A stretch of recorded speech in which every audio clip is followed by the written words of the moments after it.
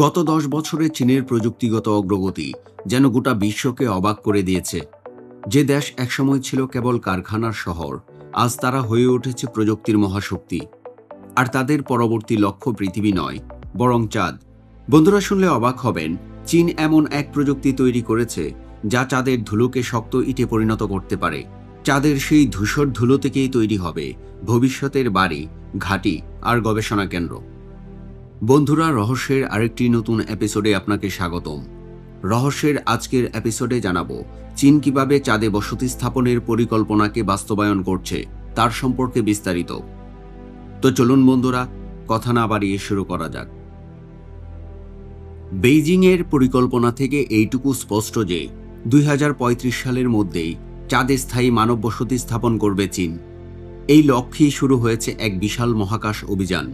2020 সালে পরিচালিত হয়েছিল চীনের বিখ্যাত চ্যাংই-5 মিশন। এই মিশনের উদ্দেশ্য ছিল চাঁদের মাটি সংগ্রহ করা।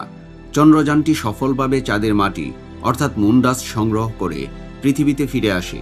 সেই মাটির উপর গবেষণা করে বিজ্ঞানীরা আবিষ্কার করেন চাঁদের রেগোলিথ বা ধূলিকণাকে অত্যন্ত উচ্চ তাপে উত্তপ্ত করলে সেগুলো একত্রিত হয়ে শক্ত ইটে পরিণত হয়।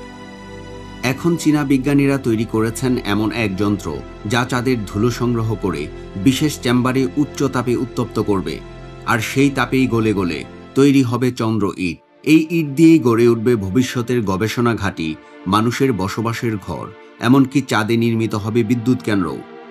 এই প্রযুক্তি কেবল বিজ্ঞান নয়, এটি একটি বিশাল অর্থনৈতিক কৌশল।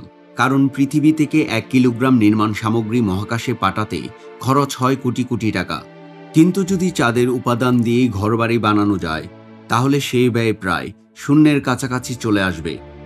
কিন্তু এখানেই আসে সবচেয়ে বড় প্রশ্ন। চাঁদে বসবাস করতে গেলে সবচেয়ে জরুরি জিনিস হলো জল। সেটা মিলবে কোথায়? এই প্রশ্নের উত্তর খুঁজতেই চীন ঘোষণা দিয়েছে নতুন অভিযান চ্যাংই-7 মিশন, যা পাঠানো হবে 2026 সালে। এর লক্ষ্য চাঁদের দক্ষিণ মেরুতে জল ও খনিজ সম্পদের খোঁজ করা। এই মিশনে থাকবে এক আশ্চর্য প্রযুক্তি, একটি উড়ন্ত রোবট যা ছায়ায় ঢাকা গহ্বরের গভীরে ঢুকে জমে থাকা বরফ বা জলের চিহ্ন খুঁজবে। চীনা বিজ্ঞানীরা বিশ্বাস করেন, যদি সেখানে সত্যিই জল পাওয়া যায়, তাহলে চাঁদে মানব জীবন টিকিয়ে রাখার সম্ভাবনা অনেক গুণ বেড়ে যাবে। এর পরবর্তী ধাপ আরও সাহসী। চীন ঘোষণা করেছে 2030 সালের মধ্যেই তারা পাঠাবে প্রথম মানববাহী চন্দ্র অভিযান।